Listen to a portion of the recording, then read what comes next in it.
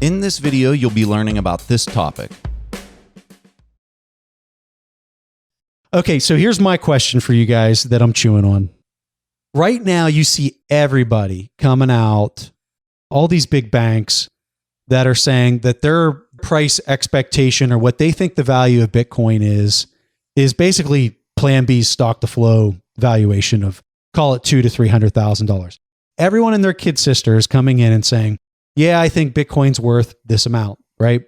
Well, it appears that the stock to flow valuation has a lot of validity and a lot of correlation.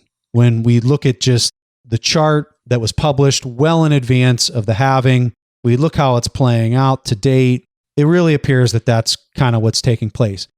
If we continue to see that play out in 2021 and the price does go to $100,000 or $200,000, is everyone just going to lose their calculator and not be able to do a discount model for the stock to flow price of 2025? And where I'm going with this is, so I obviously have a large Bitcoin position in my portfolio. Everyone's talking about how they're basically going to use the stock to flow model in order to miss the next big 80% drop. And then they're going to somehow step back in and capture the next big stock to flow move to $1 million in 2025. I just don't buy it. At least that's my position of like how I'm chewing on this problem. Does it just keep going? Do people start pricing in the 2025 valuation of $1 million and start discounting it into today's value?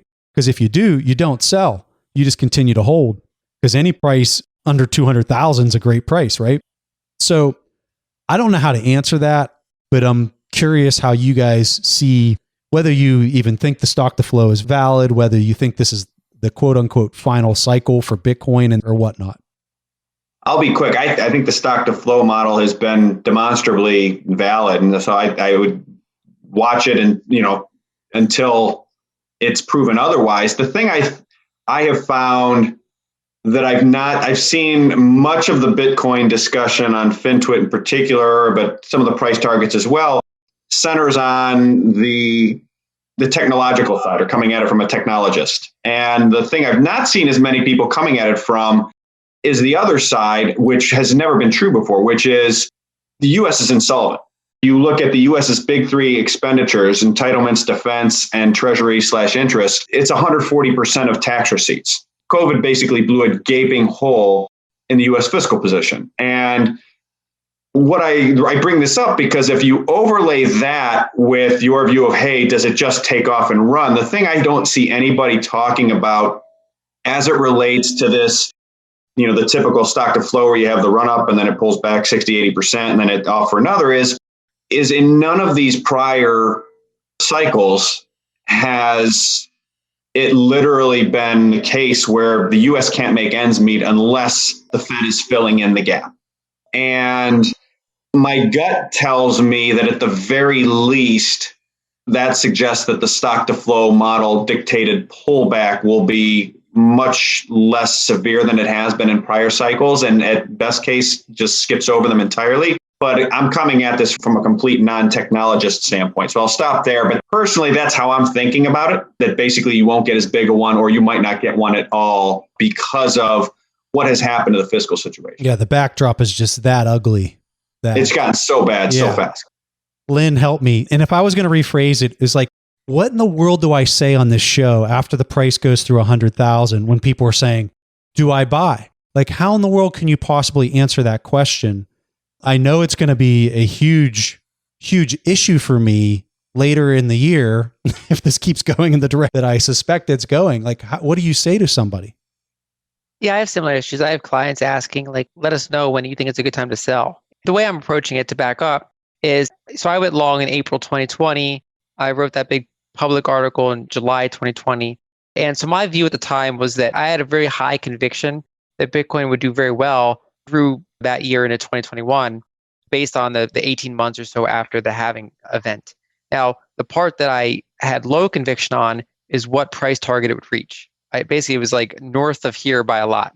I looked at percent gains of previous cycles. In general, each cycle had a smaller percent gain, even though it was still outrageous. So with the stock to flow ratio, what I found was that I really like Plan B's charts, the ones that they're all color coded, they show how it relates to the halving cycle. I thought those were extraordinarily valuable. I didn't put a lot of emphasis on the specific price targets because that is a supply only model, whereas demand is what dictates how far it overshoots, how far it comes down.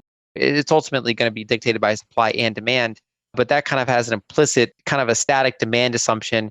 And then the fact that it overshoots and undershoots that is because demand is somewhat flexible. And so my base case was that it would be a parabolic increase, but that it would be probably smaller than the previous one. And so far, it's above the previous one in terms of the post-halving, where we were kind of, 8 months since the halving. We're actually above schedule. And so I don't know if that means we're due for a correction and then more up from here and it kind of slows down, or if that kind of trend is broken and that this cycle will be, bigger percent-wise than the previous ones. I don't really have a good answer for that.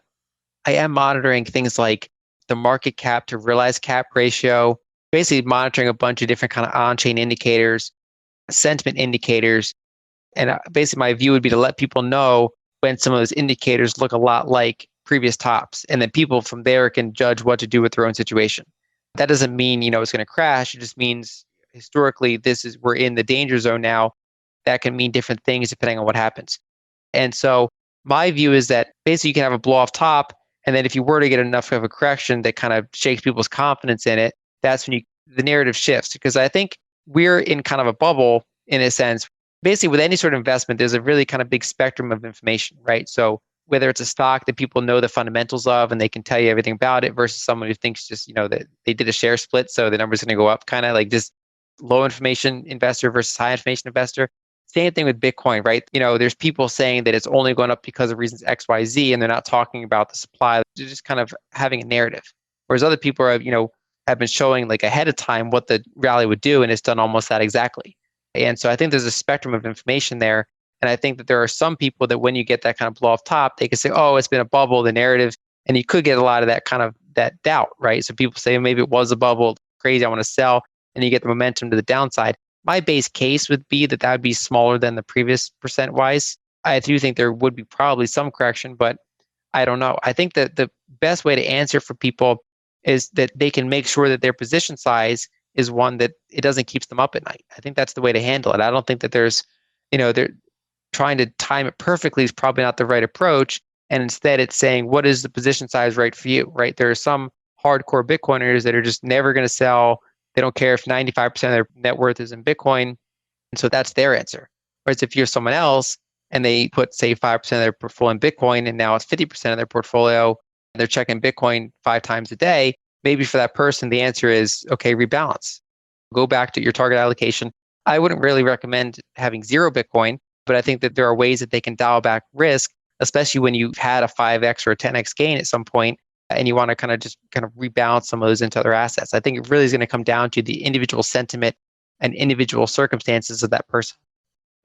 Thanks for watching. Make sure to subscribe and hit that notification bell so you don't miss out on the next podcast episode and new investing resources. What are your takeaways and thoughts on this discussion? Let us know in the comments section below.